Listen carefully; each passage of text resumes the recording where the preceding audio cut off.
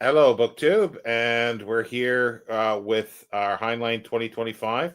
I've got Mark Richardson with me, and Brandy at the Book Collectic should be showing up soon. Yeah, and we're going to talk about The Menace from Earth.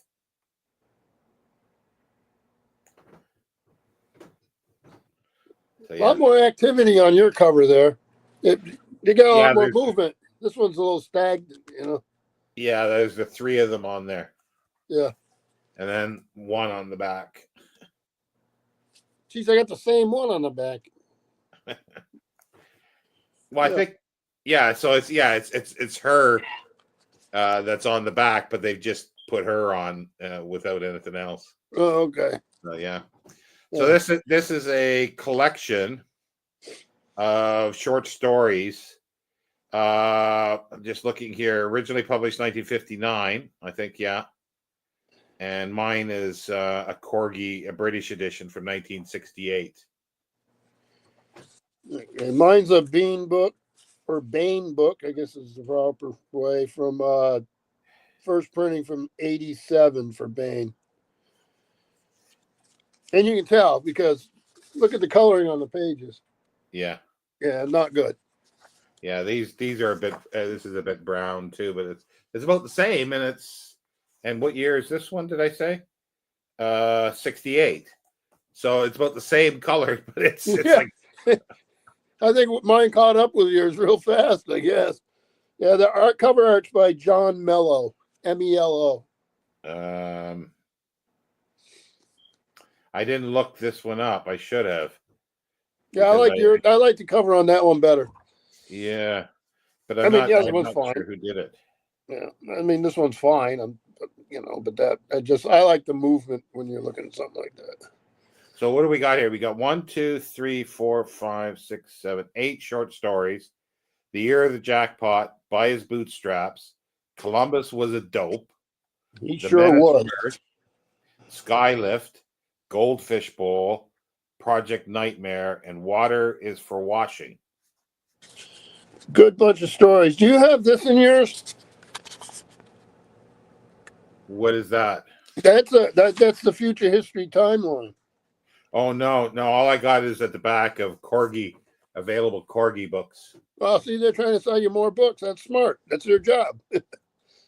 Yeah, no, Yeah, it has no. the timeline, dates and stories, characters, technical, data, sociological, and remarks.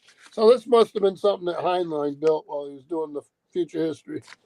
Yeah, well, I think he Campbell asked them to do a timeline when they sort of worked out doing the stories, and he asked Asimov to do the same, and Asimov just never did. He didn't like having that kind of thing to be pigeonholed. Right. He didn't But like what the. which of these stories are part of? Because I wouldn't have thought any of them were. Neither would I. So I wonder if they just print it. So starts with Lifeline. The roads must roll. Blow-ups happen. The man who Oh, fought. maybe the Menace from Earth could be. That's the only one I could think of. Let me see. Green Hills Earth. Menace from Earth. Okay. Yep. Yeah, Yep. that's the You're only right. one that I could think that could be, Yep. You're because right. it can't be Year of the Jackpot. So it Yeah, would be a lot shorter one of those little timelines, wouldn't yeah. it? Yeah, that's a good point. That's funny. So you want to go through and just go story by story? Yeah, I think so. I was just maybe we could talk a few other things and hope that Hope Brandy Brandy gets there. will Yeah. show up. Yeah, maybe I could talk about the essay that Yeah. I'd yeah like to hear that. Yeah. yeah. I read an essay of by Alexi Panshin that wrote an essay called "Reading Heinlein Subjectively," and it was written in 1974 in a sort of semi-prozine, like it was bigger than a fanzine, and had professional writing in, called The Alien Critic, and that actually went through, I think, a whole bunch of different names and lasted for many years. And this is sort of on the. He wrote a full book discussion and critique of Heinlein's work in the 60s, I think it was, and Heinlein didn't like it. He tried to get that book stopped being published, but it was by Advent, and this collection is by Advent Publishers out of Chicago, 1976. It's called SF in Dimension, a book of explorations by Alexei and Corey Panshin. But yeah, he's saying that like the general thing is that Heinlein wanted to be viewed, and when people look at his work, as objectively, not subjectively.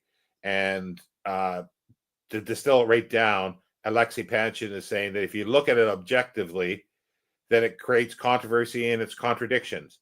But if you look at it subjectively, then it works. It gets rid of all those issues. And I'll go into a little more, but there's a few quotes here, especially like the first page of the first beginning of the essay I'll read. When Robert Heinlein's science fiction stories are read objectively, that is, as though they had primary relevance and reference to existing things and extrapolations of existing things, difficulties and contradictions arise. Heinlein becomes a controversial figure. Immediately, there are those who denounce him. An Australian named Franz Rottensteiner has written an analysis of Heinlein entitled Chewing Gum for the Vulgar. It describes Heinlein as naive, a fascist, a narcissist, a suppressed homosexual, an authoritarian, and a savage.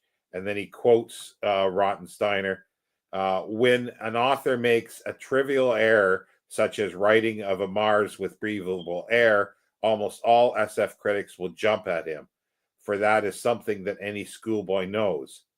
But blunders in more complex fields such as history, psychology, morals, and politics will most likely remain unpunished. And then he goes on and says, this is the sort of pronouncements that an objective reader of Heinlein brings out in a man. People argue heatedly over the meaning of his work. Imagine the argument when one of his apparent number who try to live by stranger in a strange land encounters Mr. Rottensteiner's who knows stranger to be a megalomaniac fascist fantasy. Pretty harsh. You think? Yeah. And I wouldn't be that harsh, even though I can be harsh, I think, at times. You're not a Rottensteiner, are you? Rottensteiner did some interesting stuff, though. But yeah, that was a little over the top. Yeah. So Alexei Panshin goes through and he first defines what, or has Heinlein define what science fiction sort of is, and he uses two things. There's a essay that this is part of a symposium that was published in 1947 that has Heinlein talking about like what he defines as speculative fiction, and then at the University of Chicago there was another sort of lecture series, and these are published by Advent Publishers as well. And this has the science fiction novel Imagination and Social Criticism. And it's got Heinlein, Kornbluth, Robert Bloch, and Alfred Bester. Introduction by Basil Davenport, who's done a lot of stuff like that. But he uses, the main thing is he uses the essay out of here. And Heinlein says basically that let me see. Let me read it rather than try to paraphrase it. I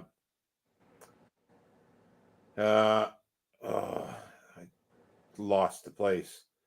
Basically, it's saying that to write science fiction is like realistic fiction, to know the world and to do it properly. And contemporary science fiction or realistic science future science fiction. Now, it's using science and knowing the world and be objective about it and not using your emotions. And Alexei Panshin is saying he doesn't do that. because he goes on and he uses politics as one thing, and he cites like 10 or a dozen things that Heinlein says about politics, and they're contradictory. They don't make sense to each other. So, and then he goes through and says, sort of, people have crises in their lives. Heinlein wanted to be an astronomer, but he wound up in the Navy. He got tuberculosis. He's out.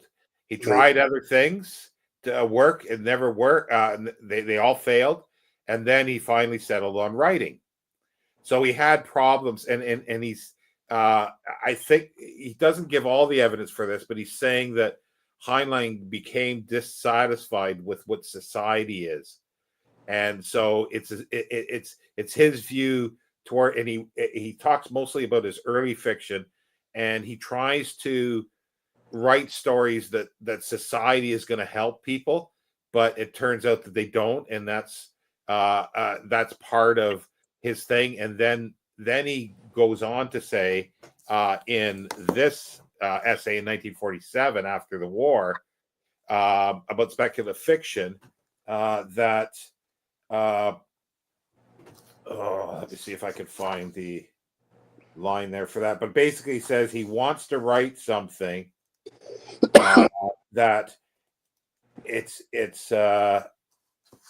about somebody combating a problem, whether it be science, but mostly science, and then how that changes him inside or her inside. And that's what he started working on. And sometimes it was society, sometimes it was like scientific issues. And then that's where he sort of settled on. But you see, that's a subjective thing. It's not an objective view. So and he gets into some really detailed stuff about how for people's lives. He goes through and saying how how you're born possessing certain things, there's intelligence you eventually get, but sometimes that's subjective. You have instinct and things like that. So a lot of these things aren't objective, they're subjective. So he's viewing Heinlein's work as being personal and emotional, but Heinlein didn't want it to be looked that way. So people who do look at it as that way, as objective, they argue. They find so many faults in it, rather than just saying, well, this was going on in his life, he's struggling with this, it's emotional, and then it makes sense that he's going to contradict himself throughout. And I think all writers do that. But for some reason, all people, but for some reason, Heinlein's been held up to be it's either he's great or contradictory, and it doesn't make sense. Right. So that's sort of the gist of that essay, and I thought it was quite good. Oh, there's another. See if I can find another quote here.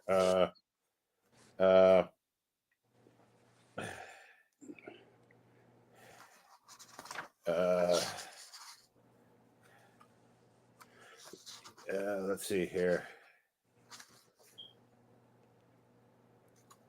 I probably won't be able to find it, but I thought, because there was another one that I left in the group, and I don't know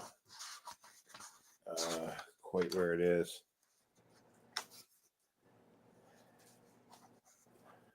Let's see here. No, I can't find it. It would take me too long to locate it. But he only really talks about his early stories, up to about the beginning of the Second World War. So anyway, that's and I sort of plan on reading. There's lots of stuff written about him, and I want to read other essays. Like, he refers to Damon Knights. I'd like to get Rottensteiner's essay and read the whole thing, which I don't have, but I have most of the other essays that he talks about. Can you find that one? I should be able to. I haven't actually looked yet, but I should be able to find it in some form. So that could be interesting, because I've got he talks about Damon Knight's, and I do have Damon Knight's essay that he talks about. And as I say, I've got Heinlein's essays. Heinlein wrote a lot of sort of nonfiction stuff in introductions, but not a lot that really deal with heavy duty with science fiction and how to write it and things like that. So I'm going to pick and choose and read other people's, and then I have a stack of books written about Heinlein, and it's only a minuscule amount of what has been written about his material. Yeah.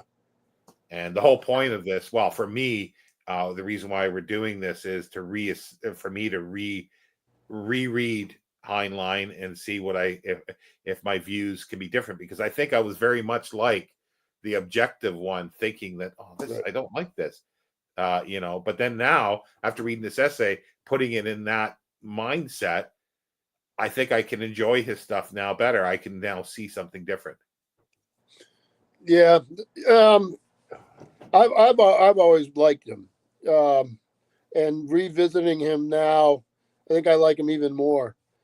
I wouldn't want to read him all the time, obviously, but I like, some people come to him through his short fiction. Some people come to him with the longer form. I came with the longer form. Some of them were juveniles, and I didn't even know they were juveniles, to be honest with you. And then, of course, you'd always run into the 4 or 5 short stories that were in every anthology, it seemed like. And I liked the short stories, but this book here made me realize he was a good short story writer. Yeah, he really was. Yeah, that's always been my view. And the other thing is too, talking about this, like, this is like a critical way or a literature, an academic way of looking at his stuff. But it belies the fact, like, you could just enjoy the story. Don't think about whether so much of his politics of it, like, there are times where he really inserts himself into it, but that's more later. His earlier stuff, he doesn't insert himself as much. And he does talk about, and these were 2 that I didn't want to deal with writing this. I mean, reading his stuff was Stranger in a Strange Land and Starship Troopers.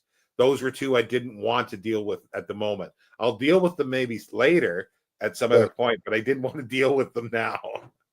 Yeah, that's Stranger in a Strange Land it was a very hyped book because of the culture at the time. Yeah. I never thought it was one of his better works, but maybe if I revisit it, I'd change my mind. I don't know. I'm a heck of a lot older now. Well, that's why eventually I want to get it, but I wanted to do some other stuff first before I got into those, because I know if I plunged into those immediately, it's going to go back to things that I don't like him. But so far, these are. And we can, I guess, I'm not sure where Brandy is, but we'll continue on with the short stories. Do you want to talk about the year of the jackpot? And then I've got something to say regarding that with a different book that I think may have a connection to it. Well, number one, the guy's name, Potiphar Breen. Where do you get that name? That's just is a. Well, what would you call it? An actuary, right? Like an insurance guy who does numbers, statistics. Yeah. And, has sort of that, what you associate with that personality type, it seems at first. And then, he has an interaction with, I guess, ladies are going around disrobing for no reason or whatever. And it fits in with his actuarial tables, which are really weird because he's tracking stuff you wouldn't expect, and it's all coming to a head, and it's going to have consequences. Well, he rescues her, and then he ends up becoming very personable or relatable, I guess is probably a better word. Yeah. As the story goes on, he's not the cold calculating machine that you might have suspected, and then they have a relationship, and then have to deal with the world. Yeah, it's like, well, we can go into spoilers because you can't really deal with the stuff, I don't think, without spoilers. So so he starts seeing a trend, and then he realizes there's going to be a nuclear war, And then other things, like there's all these things that happen. It's like you hit the jackpot, but the jackpot of bad things. Yes, it is. And the way the story ends, it ends in a halfway through a sentence because the lights have gone out. I'll tell you, it was very poignant. A subdued end in a way, even though it isn't. It's cataclysmic, obviously, but it was so quiet. Yeah. You know what I mean? And they're sitting on a hill. I thought it was beautifully done. A smart idea, but the smartness didn't take over. He actually made the character when they're driving up that dirt road and that one dude tries to stop their car. I thought it would be Potiphar that would did something. It wasn't. It was the lady, and Heinlein played that really well with the characters. You got a whole world going on around you, but you're really focused on these two, and it was well done, I thought. Yeah. Well, there's two things that this reminded me of. Well, the thing at the end when I say the lights went out is he sees the sun and he goes, "There's a black spot on there. Oh, it's getting bigger." All of a sudden, they're screwed. This Did you bring your coat? It's going to get cold. And then, it's just like that's the only thing I can think of is like the sun dies, so it takes a few minutes for the light to get to the sun. What is it, 8.5 minutes, or whatever it is, and it just ends in a half a sentence. Yeah, it just and you care about them by the time you get to that point, which when in a short story is not always an easy thing to do. Yeah, and I really give him credit for that. I thought this was one of his better stories that I've read so far. Yeah. And the things that made me think of was in chronological order. Ray Milland directed a movie called Year Zero. It's a very low budget, post-apocalyptic. But when they're driving and the things that were happening reminded me of that. So I kind of wonder, I know it's not, this isn't unique in any way, so it may not have any connection, but it reminded me of that. And then the term Year of the Jackpot, William Gibson wrote, I don't know if he's finished the trilogy, but the first novel was called The Peripheral. And there was an Amazon first season of it, and it was excellent. So I had to get the book. It's basically there's two time periods. It's sort of in the 2030s, I think, and then also in the 2080s or something like that. But somewhere around the 2060s or so, or 2050s, disasters happen, and they call it the Year of the Jackpot. Basically, there's natural disasters, all sorts of things that happen all at once, and it just destroys humanity. And by the 2090s or whatever, they're starting to rebuild, but there's a time travel, time travel. I'll try not to spoil that, but it's the thing, and I kind of wonder if he took it from this. Well, he would have been familiar with it. Oh, I'm sure he would have. Yeah. And if he thinks it's a good idea, and who knows? Heinlein got it somewhere. I mean, I would assume. So maybe because I just love the idea of a jack, because when you get a jackpot, you think, "Oh, good, we got the jack," and it's like, but you don't want this kind of jackpot. Well, because you're right, it wasn't just the nuclear war and the breakdown of society. You had the natural disasters. I mean, everything was going weird. But very well done. Yeah. And then the next one was By His Bootstraps, which was, first of all, I could say, let me see, the Year of the Jackpot. I'm looking at where it was originally published. Yeah, that's what I was looking for. I don't see it. Okay. It was Galaxy in 1952. It seems like a good Galaxy story. That makes sense. So Horace Gold would have been there then, right? Yeah.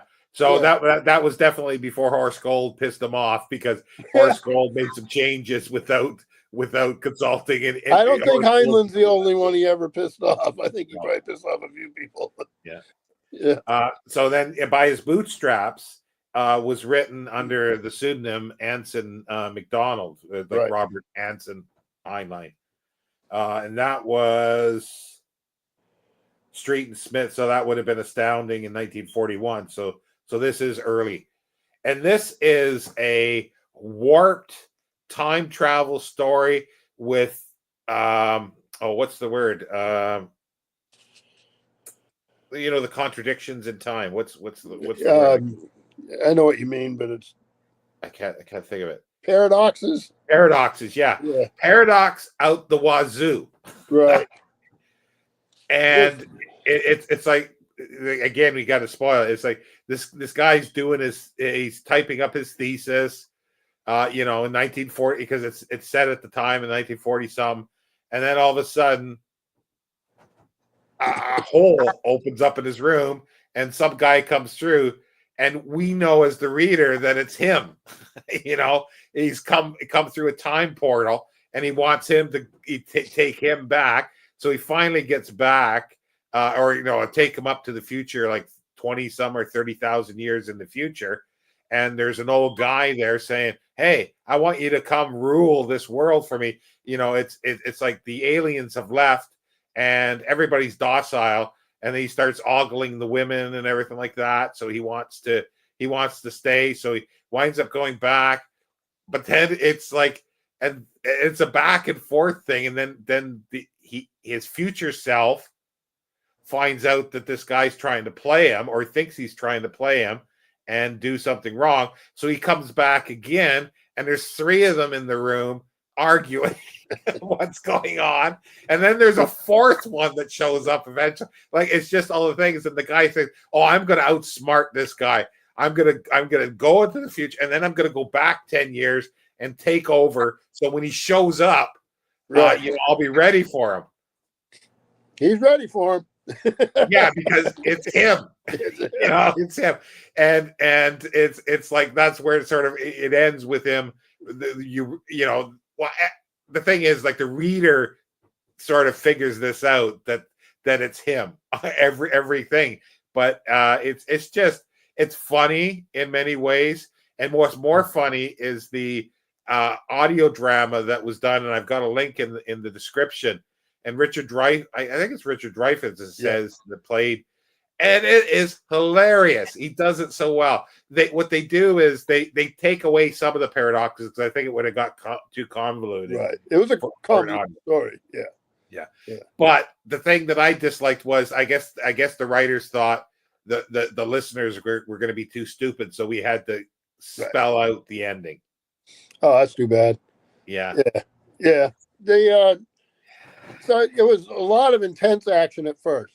You're going back, and you're going back, and you're going back, and as a reader, you're thinking, number one, Heinlein did a lot of work, because you could screw this up so fast, confuse yourself so bad, and he doesn't. And who knows how long it took him to do, which is funny in a time travel story. But then the end, it levels. Yeah. You know what I mean? You had the boom, boom, boom. Then it levels. It gives you time to breathe, and then lets everything slowly settle into you and sink into you. Yeah, and then you realize, but not as slow as it did for him. He was slow. Yeah. And Harlan Ellison introduces the audio one, and like he says rightly in the thing of, who is who, and who is going to be who is that going to be that person? Is the real person the person that's going to be, or the person that was, or and it's like, it's all these questions, and he says, you admit that time travel is probably impossible, but it's just a thought process, and it's just a hoot. Yeah, I like the part with like the hat. Oh yeah. And then the girlfriend. Yeah. Because you skirting around that a little bit. So yeah, because like you first get, like, when the first guy comes through, the phone rings, he goes, "Hello," and the guy says, "Are you Bob?" or whatever. Yeah. "Oh, you're right in the groove, man. You're right in the groove." Like, you recognize, you sort of go, "What the hell's that?" And then you realize that it's another him. Right. Yeah.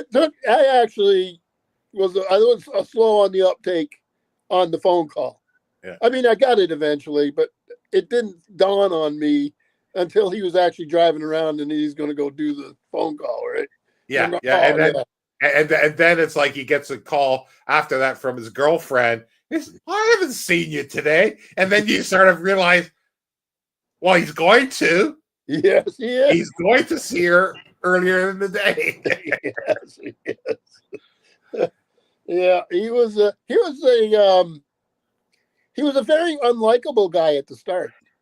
Yeah, he was. Yeah. Yeah, he was a soft, he's a guy you want to punch in the nose. Yeah. Well, and the thing is too, I think and this is another thing that Alexei Panshin talks about, that because what he does, like he decides, and he's not a likable person at the end either too much, because he's subjugated these people, as he's kept them as slaves, Right. Yeah. and so it's like, he's done this, but has he done it? Or, well, yeah, because it's himself that see, this is he get confused. How did this all start? And do you see that thing? Well, I love those be the little asides. So the guy's doing his thesis. Yeah. To start with, and you get the impression reading in the beginning, this guy likes to hit the bottle. Yeah. Yeah. And then you get later on his later self being real judgmental about that. What's wrong with you? You can't hold your liquor. So Yeah. and then by You the time shouldn't be drinking if you can't hold your liquor. right? Yeah, and he's talking to himself, right? Yeah. So I think Heinlein had I think it was a lot of work. It must have been, you really had to know what you're doing to do this story. Yeah. But you can have work and you can still enjoy your work. In this, you get the impression he was having fun. Yeah. Yeah, showing how ludicrous it is in one way, but how really cool a thought experiment it is too. So, what's our next one? Yeah, it's Columbus was a dope, which is short, yeah, and I liked it. That's 1947 by Better Publication, so I'm not sure where that showed up. That's not World of If. That one thing. No, I don't think so. Not 1947. Oh, 1947? Yeah. Better Publications Incorporated. I'm not sure where. I don't know what that is. It could have been one of the smaller magazines that started up, or it may not even. Yeah, it had to be. I don't know. Or is it somebody who bought one of the bigger ones and they were there for a year and we don't even remember who they are? Yeah. So it's basically, the title says it all, and it's just it's like 4 pages long. It's a good story. Because sometimes a short story, you distill it down. I mean, what's a bar scene, basically, right? Yeah. You're in the bar. And these are guys who are talking to this one guy, and they're, one group is building a spaceship to go explore. The other guys are stay-at-home types. And then you have what do you have? You have an ending. Basically they're talking about like why it's stupid to explore, like Columbus, he should have just stayed at home. Like, Columbus was a dope. And and it's like, going out into space to explore.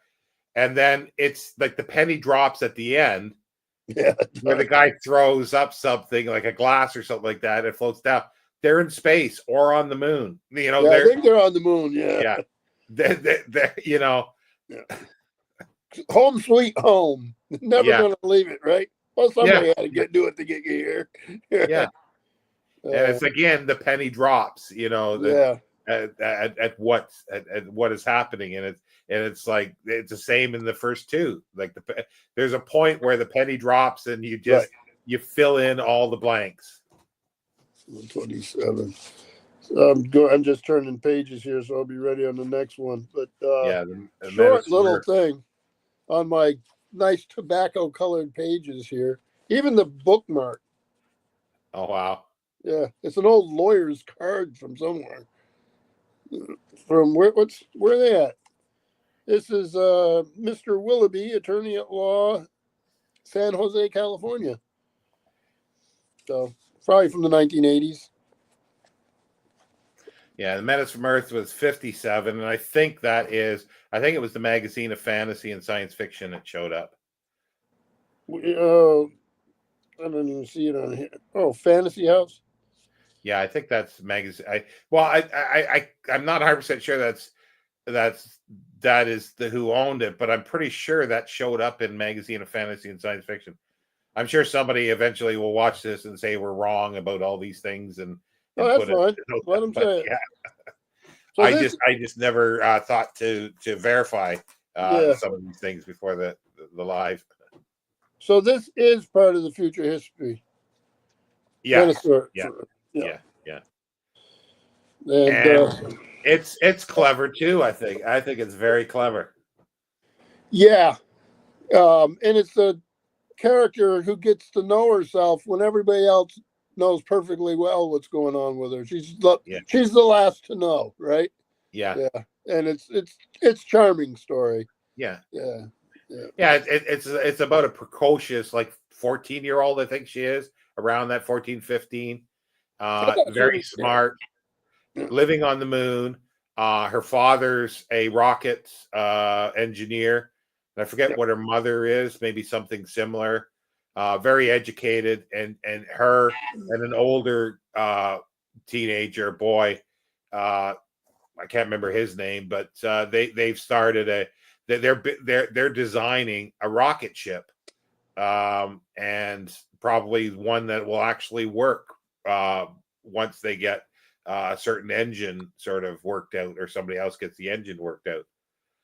And she is a bit of a tourist guide, and so is he. He takes people outside and shows them around, and she, because of all the different layers on the moon, and people get lost, she shows people around. Right. So there's this rich woman that comes, and she shows her around, and then she says she wants to go outside. So because her partner in business, does that, so she takes the woman to him, and he is just, his tongue's on the floor because he thinks she's so beautiful, blonde, and everything like this. And he stops showing up for the meetings, for the business, talking about things, and she's angry at that. And she thinks that it's gonna, the business is gonna be over and like that, because he's going off doing other things. So she's in her mind, it's all business. That the reason why she's angry. But he's not really, after in that way what she thinks he is. And the blonde is the Menace. Right. He is a Menace from Earth. Well, she was from Earth. Yeah. And it's Joan and Hardesty is the name of the company. And she's Holly. And Holly Jones, you notice her name goes first, right? Yes. She is a real on the self-centered side in a funny way. Yeah. And he's oblivious in a ways too. I mean, just like she is. Well, I guess he knows. Well, so the whole thing is, he likes her. He's in love with her, but he doesn't say anything. She doesn't realize that she is in love with him until all this stuff happens.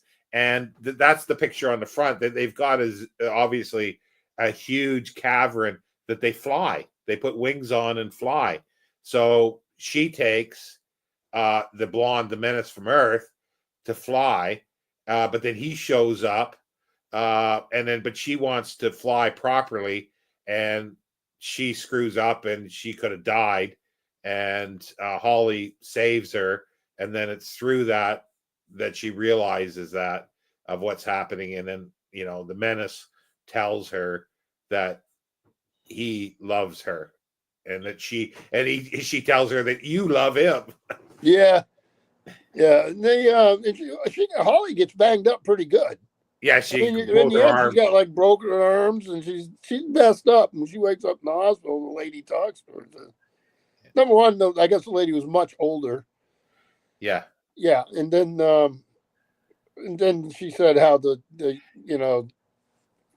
I can't remember his name. Is it not Jim? Is it? It's Hardesty. I know his last name. It doesn't matter, but it doesn't matter. But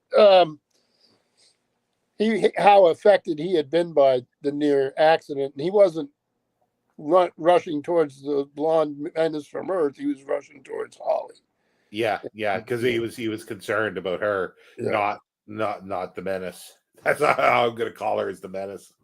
Yeah, and it's unfair because she seemed to have been, a perfectly fine person. She didn't do anything, but so it's a clever story in a lot of ways. More of a, it's a little softer than some of those other stories, I think. Yeah. Yeah, but and it's funny. It's It's the only one that's it's future a history. juvenile story in some ways. It's a juvenile. Oh, it's Like, a coming in. Yeah, it's made for teenagers, I think. yeah. Yeah.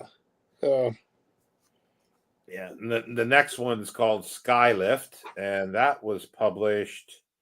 Try to find it here. See, I should have looked this up. Greenleaf Publishing, I don't know that one. 1953.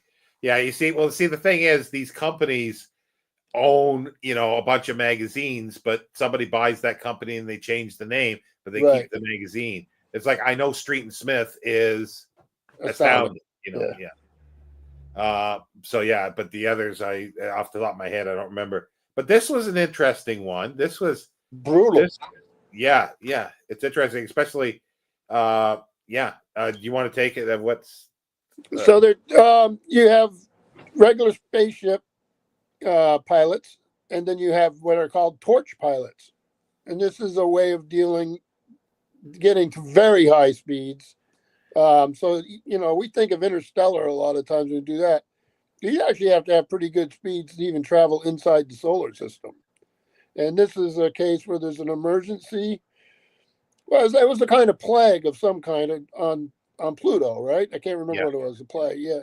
And they only have so much time to get this blood processing equipment there that I guess filters the blood or gives them new blood, whatever, to fight the disease. And there's a couple hundred people on this planet. And times of the essence, they have to use a torch ship. And you got a guy, the main character is on his way to go on leave, and he's young, and that's what he wants to do: go down on Earth and have some fun times. And he gets roped in. If I remember right, it was because of the strength of his heart, right? Because they're going to be under so much pressure with the speed and the immersion. They're going way faster than was normal. You're strapped in. You get the what was it, gravity. 4.5 or 5 times gravity's Earth or something like that? Yeah, and so the pressure on your body. It was to me, it gave me claustrophobia reading the damn thing. And it's just a bleak story. I'll let you do the ending because you'll be better at it than I am. Yeah, well, it's like, there's the two of them that go there, and the one guy freaks out, turns the ship off. So and then because they'd sent out a robot ship as well that could go even faster, but there was always problems with robots sort of not working correctly. So they were hoping that they'd get halfway there, and the robot ship was already there, but it didn't happen. So he had to turn it back on, but his partner dies because of the pressure, and because he was late, because they stopped. He's out of sequence a little bit of getting orbit around Pluto. So he's got to start up the engine again and even go, more G's, and he passes out, but he saves everybody.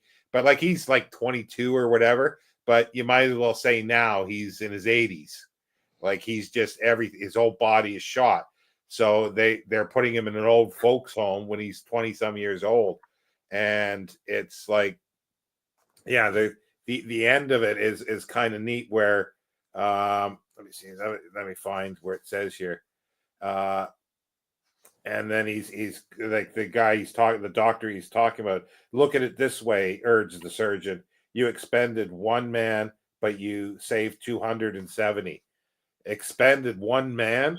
If you mean Kluger, he gets a medal and his wife gets a pension. That's the best any of us can expect. I wasn't thinking of Kluger. And he goes, neither was I, because that was the guy who died. Right. Because they weren't thinking of the dead guy. They were thinking of the guy who actually survived. Which it just got to be horrible to watch. I mean, you got that impression, really, and a really subtle bit of writing. not overstated, Yeah. but you knew. I mean, it dawns on you like, oh man, this is bad. Yeah. Yeah. So Yeah, because usually people say, well, one person dies, you saved all these people, that's great. There's only one person that's died. And it's like, well, yeah, he's dead. There's nothing else, you could do with that. But now you got somebody who's alive that maybe be better off dead in some way. I think the impression I got would be better off dead. It's more tragic than maybe even Kluger had a rough time there. That wasn't a good way to go. Yeah. Yeah, but I mean, still, I think, yeah.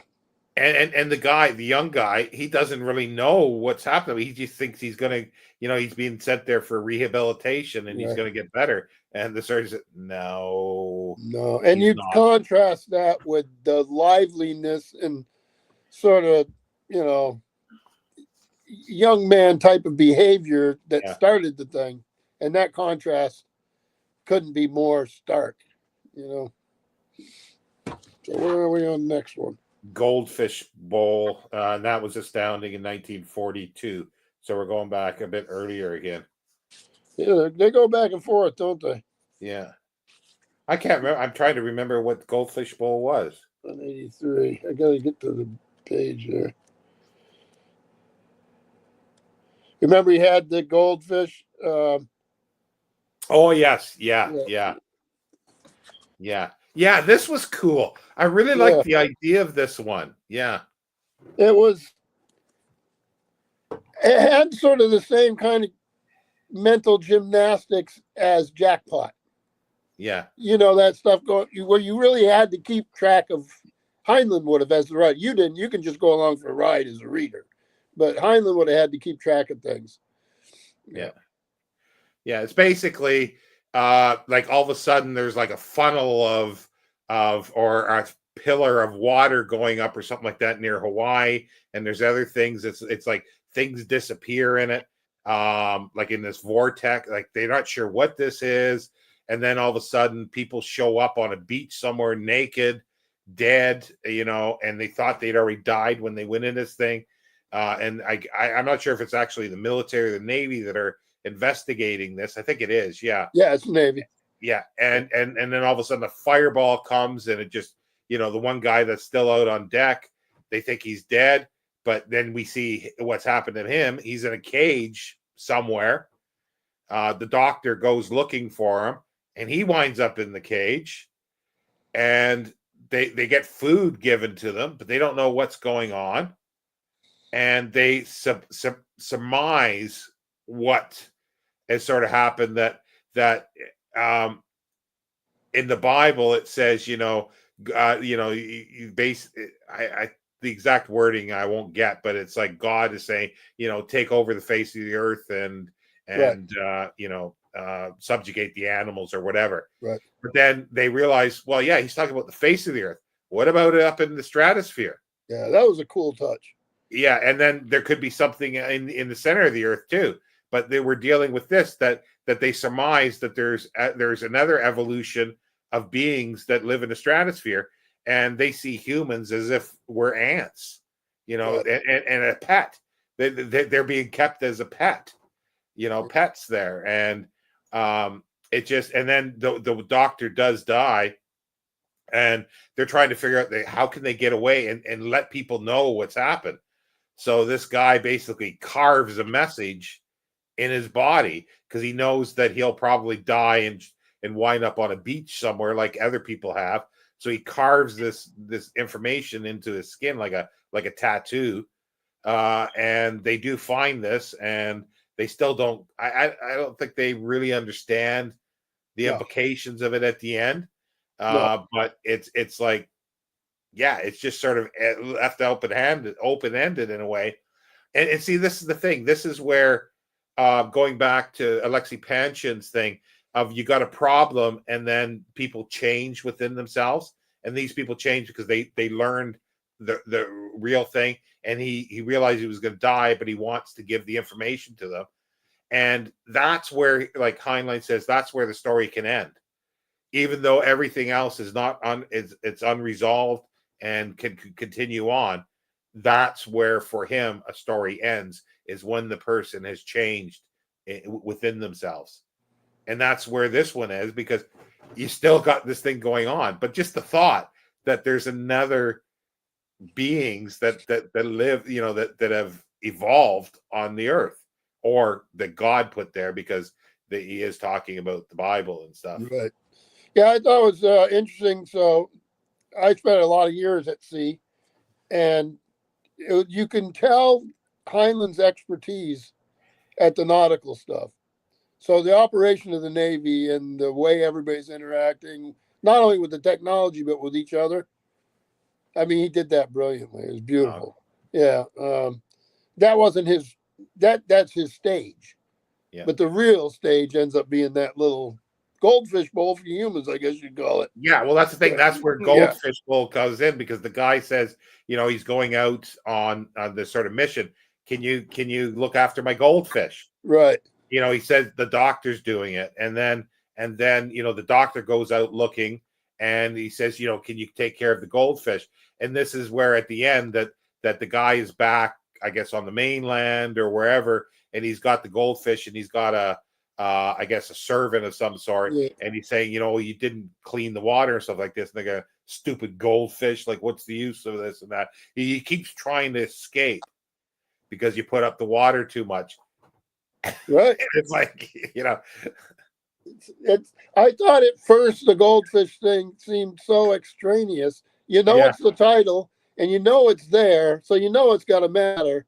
Yeah. And then in the end he pulls it back in. But and that I get the point. But yeah, I thought the scenes inside the alien version of a goldfish bowl, they were really like the water came in like almost like a fish pellet, because it had a film that held it. They actually had to learn how to eat it to drink it.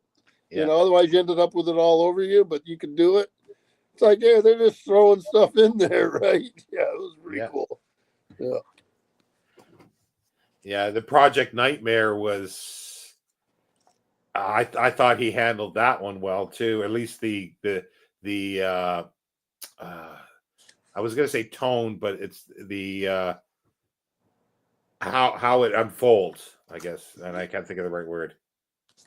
And make sure I remember this. Oh yes, this was a cool story. Yeah, with the ESP and the, I guess that's what you called it. Yeah, ESP. Yeah, it's Ziff Davis and company. Yeah, Ziff Davis is amazing. I think that's amazing. Is that amazing? I know Davis Publishing now does analog and Isaac Asimov's, right? Okay, so that's 1953. Oh yeah, okay, yeah. They bought Street and Smith. Yeah. So yeah, so it's still astounding. Yeah. Yeah, this was a really neat story. We have the Rust. This is a Cold War story, right? I mean, for sure. I mean, a couple of the other ones you can tell they're written in that era, but this one's just flat out a Cold War story. And the Russians being duplicitous plant bombs under all these cities, like that would be easy to do. And one place in the water too, right? Yeah. And then call up the United States and say, hey, we're going to push a button. And everybody's freaking out as you have, panic scenes of people leaving cities and stuff. But is it the Air Force? I think it's the Air Force is working with people with extrasensory perception, the ESP stuff. Yeah. And they're using their minds to block these bombs going off. And it's effective for the most part. The characters of each of the ESP people, because these are random people. Yeah. Like the little old lady was awesome. Yeah, because like they're saying, and she was the most powerful. Yeah. Well, it's like the first time they do it and stuff like that. And it's like, they have, I think, one atom or something like that. And they were saying, and she makes it explode or something. They go, oh, sorry. I didn't think I wasn't sure if you wanted that or not. I'll be careful next time. Yeah. She was a hoot. Yeah, she was the scariest one by far. Yeah. And they had the guy with the dice, the soldier. Yeah, and then I thought it had a good atmosphere, it's like a 1940s war film Yeah. atmosphere. But the thing is, they're jumping around to different because these people are just holding because the Russians have already pushed the button for them to explode. Right. Yeah. So they're just holding off the explosion. And then I think it was Cleveland that the guy fell asleep, and so Cleveland went up. Cleveland was doomed. Yeah, and then they're saying he should be shot for treason and all this kind of stuff. And it's like he's already been doing this for like 90 some hours or something. You had the president's envoy who's clueless and just thinks he can shove his way around. Oh boy, that sounds weird, doesn't it? Yeah, see that's Heinlein showing the authoritarian things that are screwed up and to fight back against. But anyway, that's part of Heinlein and the ESP stuff. I could really see this being suggested as a storyline by Campbell to him. I didn't think of that. You're absolutely right. Yeah, that's a very Campbell thing. Yeah, I bet it was. But the thing is too, it's like because they're jumping around to all these other cities, and you got this, because already one's blowing up. These people are like nodding off, and it's just bam, bam, bam, and it's like you're on tenterhooks while you're reading it. It's like it's a good suspense. He did that pacing really, really nice. Yeah. I got a kick out of it. Now, of course, in my head, I'm sitting there imagining L. Ron Hubbard saying, "Hey, John, I got an idea for get that big circle going, right?" But I mean, what was it? DC? They had 3 bombs. Yeah, something like that. And then they pull that another lady they've been hunting for the whole time, and she's rested up. Yeah, and they get and she could take them all on just like that. Yeah, and like it's such an absurd premise. Oh, it's ridiculous. That the Russians could, like the Soviets could plant that many bombs, in so many places. So at the end, did you understand it? I understood that when they looked at her, the lady who came in and could handle things real easy. Yeah. And they said, whoa, hold on. Now we got something we want you to do to Russia. Did you get the impression they were going to blow up Russia? Oh yeah. I think that's what I thought too. Yeah. Because like they both said you could stop it from happening, but can you make a bomb go off? Oh yeah, I could do that.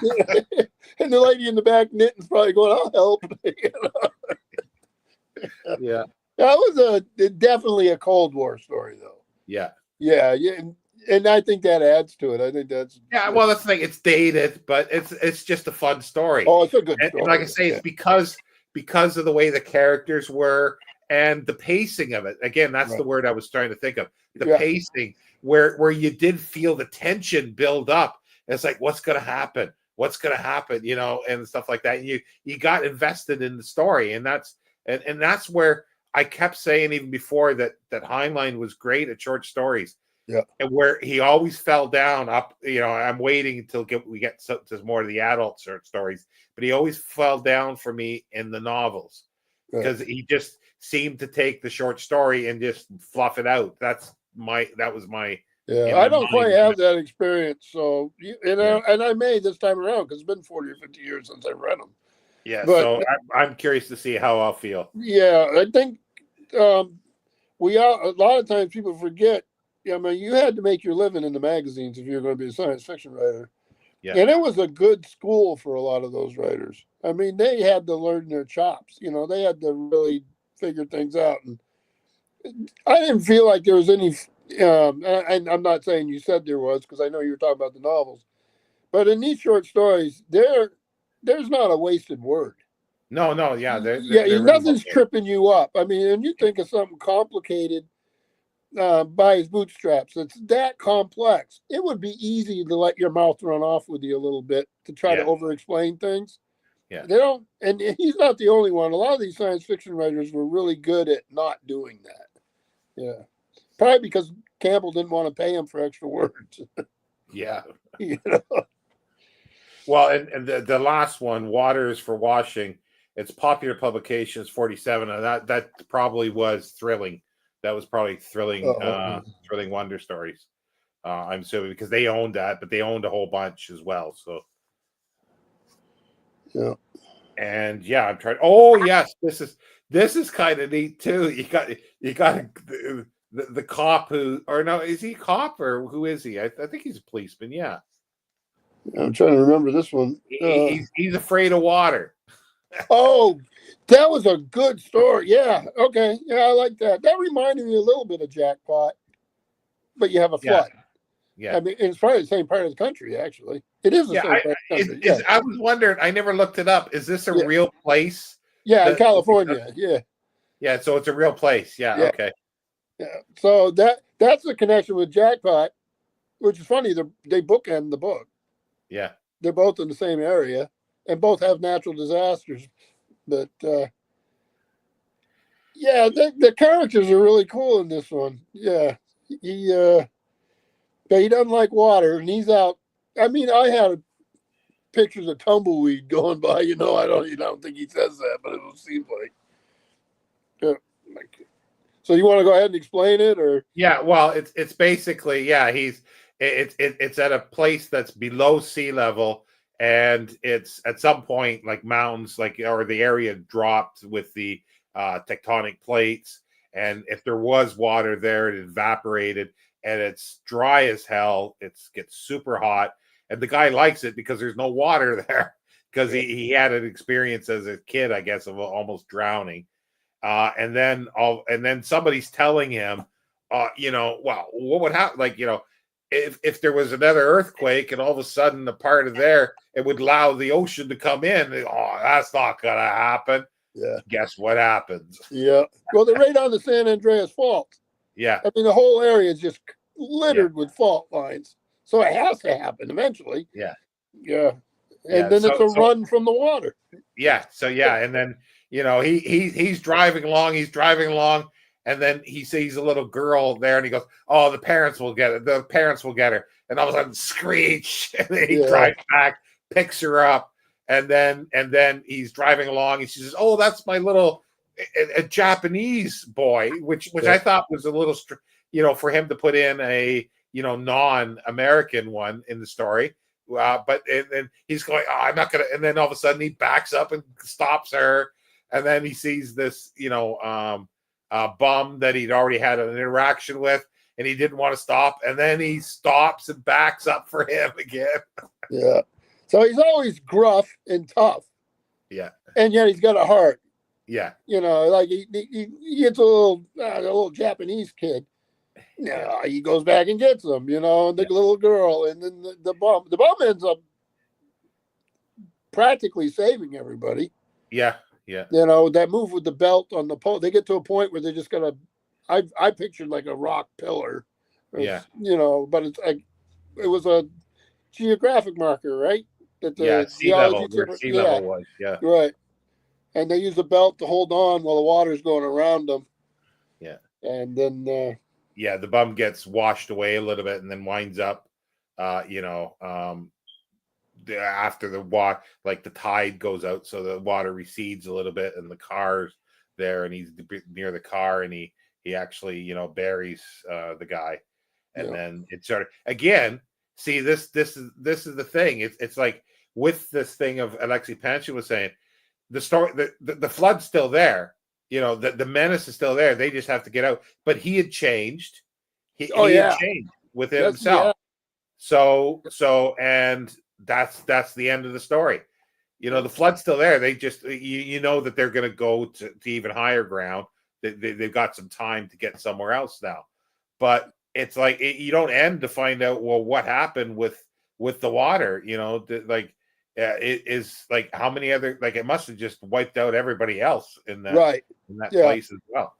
Yeah, so he had a very tight focus on this little group. Yeah, he's not telling the story of everybody. You can do that yourself, and then, like you say, when it ends, when he changed, but you don't need him to tell you that they went to higher ground. You understand that because you already know the people. Yeah. And that's the thing. It's and this is the one thing, like, to me, these are pretty well excellent examples of what short stories should be. Yeah, like the structure of them and everything. They're not big, they're small, sometimes little ideas, and it's just, yeah, you don't tell too much, and it has implications potentially for bigger ideas, but they don't deal with that. It's just it's small, and to me, I would rate, like, there's a few science fiction writers like Robert well, Heinlein. I'm getting to that, to thinking this, but Ray Bradbury was a master of short story, and I still say Clifford Simak. I will always say Clifford Simak is, Asimov. Well, Asimov wrote so much, Yeah, but he does have a few jewels. he does. Yeah, yeah, And to even have that is more than most people. yeah, I wouldn't say he's able to, do it the way Heinlein is, but when he hits, yeah, it can be really yeah, good. Arthur C. yeah. Clarke, some of his are good, some Yeah, of them are okay. Every once in a yeah, while, like 9 Billion Names of God or one of these, yeah, that's a yeah, gem, right? yeah. And I read just some Arthur C. Clarke short stories, and some of them were absolute duds, and I don't right, even know how they got published. right. But then there were some that were go, "Ooh, this is really good." That's right. Yeah, Yeah, it wasn't 9 billion names of God, but I already know that was great. yeah, Uh, but yeah, and the thing is, and then you pull up other non-science fiction writers, like people talk about great writers like O. Henry. Like, there's some of these that are master science fiction. I mean, short story writers. And I right. think another one is a Southern writer, Erskine Caldwell, that doesn't get a look in a lot. Yeah, These are people that were masters at doing short stories because they do it this way. right. And Heinlein, I got to read his biography at some point. He was educated because he went to university for physics, didn't he, or something like that, Yeah. or engineering, like that. Yeah, he was. If he was in the Navy, he was probably a graduate of Annapolis, right? Yeah, Yeah, and they would have their engineering school and all that there. Um, I think of short stories. I always think of. I don't particularly like Faulkner. I don't yeah, like, no, no, neither do but he I. wrote a beautiful short story called "Rose for Emily." That was just Oh yeah, that is a good one. yeah. Yeah, So I mean, that's how you made your money back then. Though the magazines are going to pay you, and you're going to get your groceries. So, yeah, and you had they would have a lot of people around them that they would be looking up to and trying to emulate. yeah, But those markets are gone now for yeah. the most Well, part. the thing is, and that's where I think some writers were good at the short stories, and that's where I want to relook at his novels, because I've always felt that he went too quickly to novels, and he didn't quite know how to do a novel properly. It's kind of like, and I also should look at Philip K. Dick, because I have that same feeling with Philip K. Yeah, Dick, that some of his short stories are really good, but his novels are a bit of duds because he doesn't know how to do a novel. You right. know, He was all over the place too, though. yeah, Yeah, yeah, he's one where you you definitely know when he's having an episode at home. yeah, Yeah, that didn't work. I can't even read it. I yeah. got a book of his called "The Exegesis" of Philip K. Oh, Dick. yeah, You literally, if you can read it, you probably need to think about this, yeah. because I read through it and I'm going, oh my gosh, that's a dark place to go. Yeah, but Heinlein, while he was an interesting guy, you don't see that stuff. Yeah. Well, that's the thing. I think thankful with I actually really got to thank Alexei Panshin, like, by reading that essay. Now I guess in some ways I have a paradigm shift, or a different thought way that I'm going to look at his stuff. And that's the thing. Like, the authors don't have to be these great people. They could be, No, they're never going to despicable. be. Yeah, and they can be despicable, but some, if they put that despicability in their writing, and they and they put it in their narrative, that's one thing. But it's not always, and he might do that occasionally with stuff, like he puts things in, or characters, but again, it's not a thought out process. Right. It's his reaction to what's going on, especially with in the one with the bombs. Like, he's showing authoritarianism, like the authorities, like the government and stuff like that. They're clueless. They're going to get us all killed. Yeah, yeah. Yeah. Let these people do what they're doing. and don't bully them and don't do this. Otherwise, yeah, they're going to get blown up. So, Yeah. That's part of what he believed, I think, or at least that's what I think he was struggling with, because he sort of, because Alexei Panshin talks about in some of his early stories, the first few of them, he was sort of asking the question of how can society help people, and how can you sort of work within society and make things better. And then, he started realizing, well, you can't. Society's not going to help you. You have to help yourself, and maybe find a different path. Yeah. So don't forget, during his life, I know what people like to throw around the word fascist now, but he was involved in a war that fought the real ones. Yeah. The real thing. It wasn't a rhetorical thing. And he also was able to see the government and the military close up in his lifetime. He didn't like authoritarianism and big corporate America at the time. And he was used to people being rolled over, and he didn't like it. So, I don't think Heinlein was despicable. I think he was maybe reacting to his times in the best way he knew how. And I think he really did care about justice. Yeah. And it's like, because some things, like, you're never going to agree with everybody, period, of their beliefs. And especially when the writing is like, did he really believe this kind of thing? It's like the roads must roll, where you get the guy, it's like, okay, after, everything happens there, well, we're going to make sure that this doesn't happen again. No unions, like, in a sense, and stuff like this. So nobody can do this again. And it's like, did he actually believe that kind of thing? Or did he see that the potential of unions to cause problems? And then, so this guy, the character, he's exploring how something else could be done.